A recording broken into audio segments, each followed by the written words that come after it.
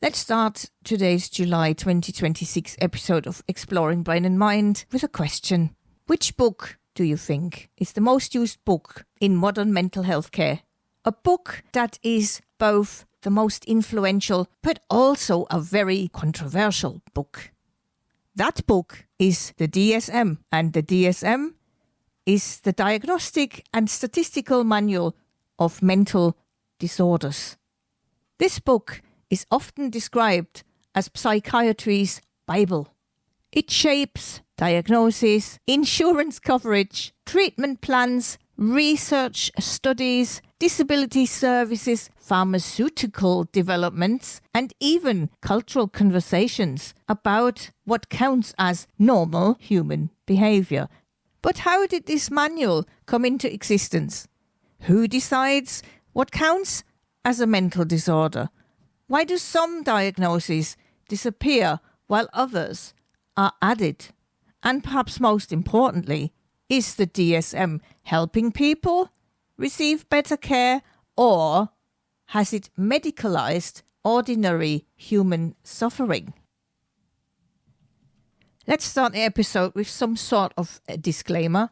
As always, the episode is meant to be educational and exploratory in nature and should not replace professional, medical or psychological or psychiatrical advice. I'm not a doctor, a mental health practitioner, anything of the sorts. I like to explore different perspectives of things because everything has two sides. Every story has two sides. There is never just one perspective. Our first question is, what is the DSM? Let me remind you again, the DSM stands for the Diagnostic and Statistical Manual of Mental Disorders. It is published by the American Psychiatric Association in the United States, and that's often referred simply as the APA. The DSM is essentially a classification system. It attempts to define and categorize mental disorders using specific criteria. For example, to diagnose mental depressive disorders, clinicians use a list of symptoms such as low mood, changes in sleep, appetite changes, feelings of worthlessness, difficulty concentrating, and loss of pleasure. And if these kind of symptoms are occurring over a specific period of time. The DSM is not primarily a treatment manual. It does not tell therapists exactly how to help someone. Instead, it aims to standardize diagnoses. And that standardization matters because before the DSM existed, psychiatric diagnosis was often wildly inconsistent. One psychiatrist might diagnose a patient with melancholia. Another might call the same symptoms neurosis. Another might view them as personality flaw or a spiritual crisis or even moral weakness. The DSM attempted to create a common language, but that language has evolved dramatically over time. What are the origins of the DSM? To understand the DSM, we have to go back to the late 19th and early 20th centuries. At that time, psychiatry was heavily influenced by asylum medicine. Mental illness was poorly understood. Diagnostic systems were inconsistent, localized, and often deeply shaped by cultural beliefs. In the United States, hospitals began collecting statistical information about mental illness, largely for administrative purposes. The goal was not necessarily scientific precision, it was often about record keeping. After World War II, the situation changed dramatically. Large numbers of soldiers returned home with what we would now call trauma-related symptoms. At the time, terms like shell shock and war neurosis were used. The military needed more standardized psychiatric terminology. At the time, psychology and psychiatry were becoming increasingly institutionalized professions. So in 1952, the first DSM was published. The first DSM was relatively small, just over 100 pages. It contained almost 100 disorders. Importantly, it was heavily influenced by psychoanalytic thinking. That means mental disorders were often viewed as reactions to internal psychological conflicts. The language was quite different from modern psychiatry. Diagnosis included terms like psychoneurotic disorders, sociopathic personality disturbance, psychophysiologic, autonomic and visceral disorders. Today, much of that terminology sounds outdated. The second edition from 1968, that was the DSM-2, expanded the number of diagnoses, but reliability remained a major problem. One famous study in the 1970s demonstrated this issue dramatically. Psychiatrist David Rosenhan, he was an American psychologist and psychiatrist, conducted what became known as the Rosenhan experiment. Healthy participants claimed to hear vague voices and were admitted to psychiatric hospitals. Once admitted, they behaved normally, yet many were still viewed as mentally ill by staff. The study raised a disturbing question. If clinicians cannot reliably distinguish mental illness from normal behavior, how valid are psychiatric diagnoses? That criticism became one of the driving forces behind a major transformation. And that transformation led to the revolution of the DSM-3. In 1980, psychiatry underwent what many historians call a revolution.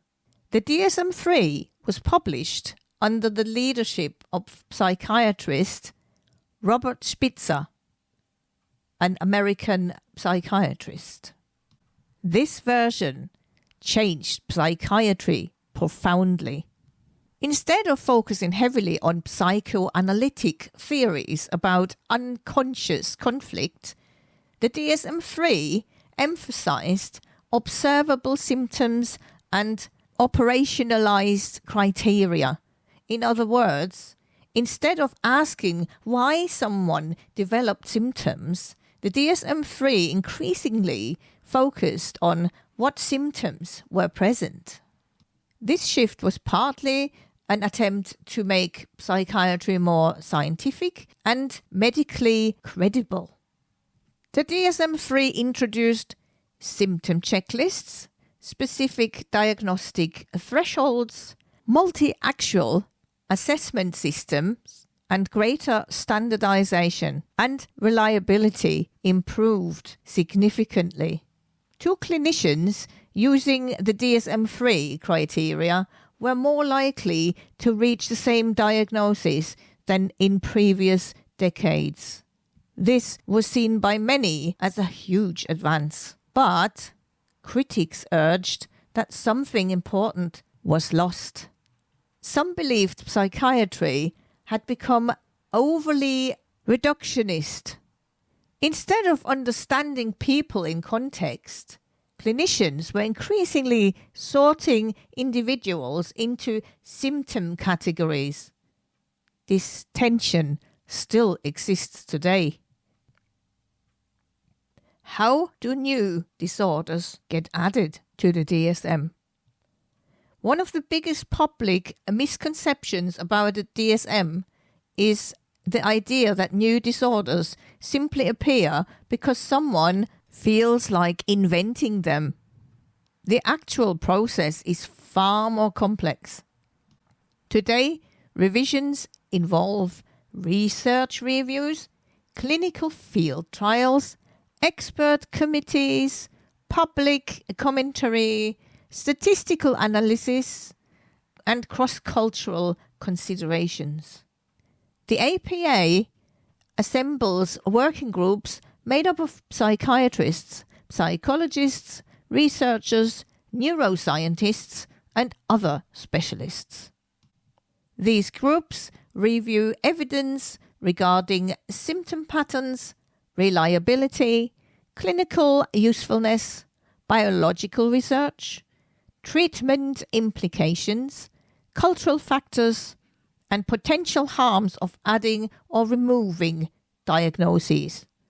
For a condition to become an official disorder, experts generally look for evidence that the symptoms cluster together consistently, that the condition causes significant distress or impairment, that the diagnosis can be distinguished from other conditions, and that the label has clinical usefulness. But even with those standards, controversy is extremely common. Let's look at some examples of added disorders. Some diagnoses were added because clinicians repeatedly observed patterns that seemed clinically meaningful. Such examples include post-traumatic stress disorder, also known as PTSD, autism spectrum disorder, binge eating disorder, or attention deficit or attention hyperactivity disorder, known as ADHD. In many cases, advocates argued that recognizing these conditions helped people access support, research, accommodation, and treatment. For example, PTSD emerged partly because veterans, trauma survivors, and clinicians argued that trauma reactions deserved clearer recognition. Likewise, autism classifications evolved substantially as understanding broadened. And next are some examples of removed or changed disorders. Perhaps the most famous removed occurred in 1973. Homosexuality was removed from the DSM as a mental disorder. This decision followed years of activism, research, protests, and growing recognition that same-sex attraction itself did not inherently cause dysfunction. That moment is historically significant because it demonstrated that psychiatric diagnosis is not shaped by science alone. Culture, politics, ethics, and social values also play major roles. Other diagnoses have been renamed, redefined, merged, or removed over time. For example, Asperger's syndrome was folded into autism spectrum disorder. Some personality disorder categories were revised, and grief-related exclusions for depression changed over time. This shows that the DSM is therefore not static. It evolves alongside scientific evidence and social attitudes. What are the arguments in favor of the DSM? What are the strongest arguments? The first one is the standardization. Standardization improves care. Supporters argue that without a shared diagnostic system, mental health care would become chaotic. The DSM provides clinicians with a common framework. A diagnosis made in one clinic can generally be understood elsewhere. That consistency supports communication between professionals, research studies, insurance reimbursement, treatment planning, and public health data collection. Without standardized categories, large-scale mental health research would become far more difficult. Second argument is that diagnoses can validate suffering. Many people feel relief when their experiences are recognized and named. A diagnosis can help individuals realize they are not alone, their experiences are understood by others, effective treatments may exist, and their struggles are legitimate. For some individuals, receiving a diagnosis is deeply empowering. A third argument is the DSM encouraged more rigorous research. Before modern diagnostic systems, psychiatric research often suffered from inconsistent definitions. If researchers were studying completely different patient groups under the same label, scientific progress became difficult. The DSM improved reliability and allowed researchers to study disorders more systematically. The fourth argument is that access to services often depends on diagnosis. In many countries, diagnoses are required for insurance coverage, disability accommodations, educational support, workplace protections, and access to treatment programs.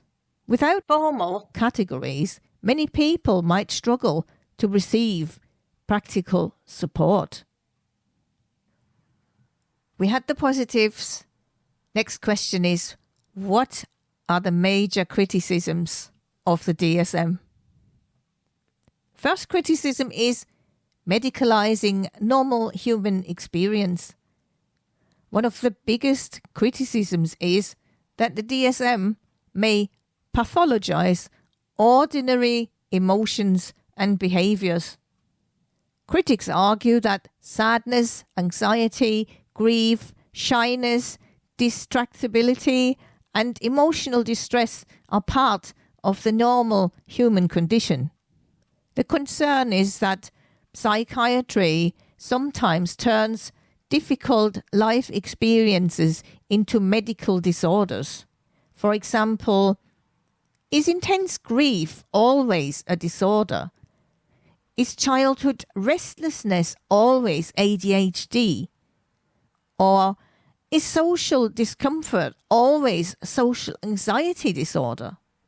These questions do not always have clear answers because we are all different. Second criticism of the DSM is that diagnostic categories may not reflect biological reality. Unlike many areas of medicine, psychiatry often lacks definitive biological tests. There is no blood test for major depression, no brain scan that conclusively diagnoses schizophrenia. Critics argue that the DSM categories may be descriptive rather than truly scientific disease entities.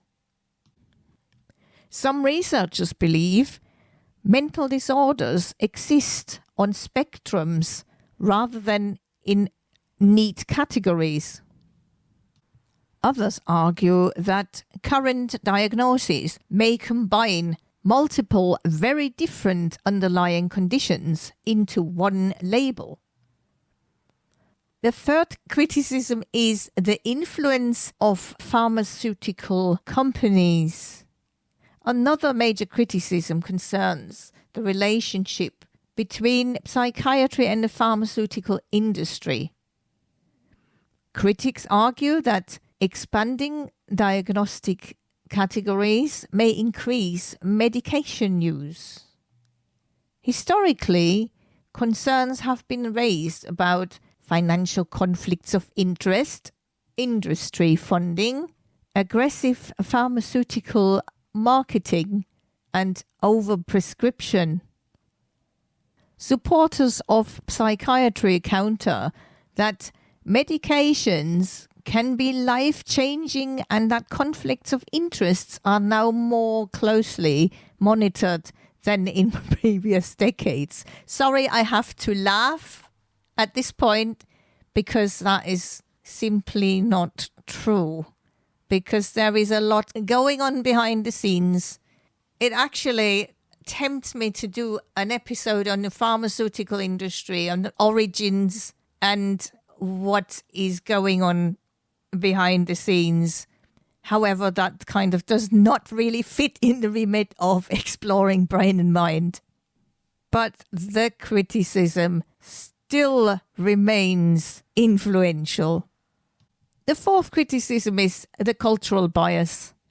The DSM was primarily developed within Western psychiatric traditions. Critics argue that concepts of normality and mental illness vary across cultures, and I agree with that. Behaviors considered pathological in one society may be acceptable or even valued in another. Modern editions attempt to address the issue through cultural formulation guidelines, but debate continues. And the fifth criticism is that labels can shape identities. Some critics worry that diagnoses may become self-fulfilling. A label can provide understanding and relief, but it can also unintentionally narrow how people view themselves. Someone may begin to interpret every emotion or behavior through the lens of a diagnosis. This creates an ongoing ethical tension. How do we recognize suffering without reducing people to categories? A very valid question and a very valid criticism. People like to hide behind labels sometimes as well and use it as an excuse not to change, not to work on themselves. I am this, so I can't do that. So what about the DSM-6 and current ongoing debates? The current major edition is the DSM-5, first published in 2013, with later text revisions. Modern debates surrounding the DSM include whether diagnostic thresholds are too broad, rising rates of certain diagnoses, neurodiversity perspectives, the role of trauma in mental illness, the overlap between disorders, and whether categorical diagnoses should be replaced by dimensional models. Some researchers believe the future of psychiatry may move towards brain-based biomarkers.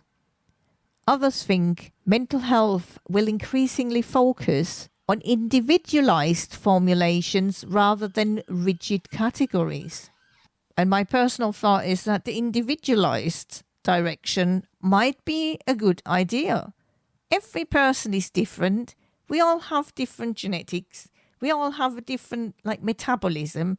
Our biology influences the brain influences our biology, the brain influences the mind influences the brain. It is all interconnected and we are all different. So I strongly agree that the individualized route might be a good idea. There is also growing recognition that mental distress is shaped not only by biology, but by trauma, poverty, isolation, social inequality, family systems, culture, technology, or chronic stress. Very true. The broader perspective challenges purely medical models of mental illness. Don't know if pharma likes that, because pharma wants to medicalize everything. Pharma likes customers. So what is the balanced perspective? Where does all this leave us? The DSM is neither purely scientific truth nor pure social invention.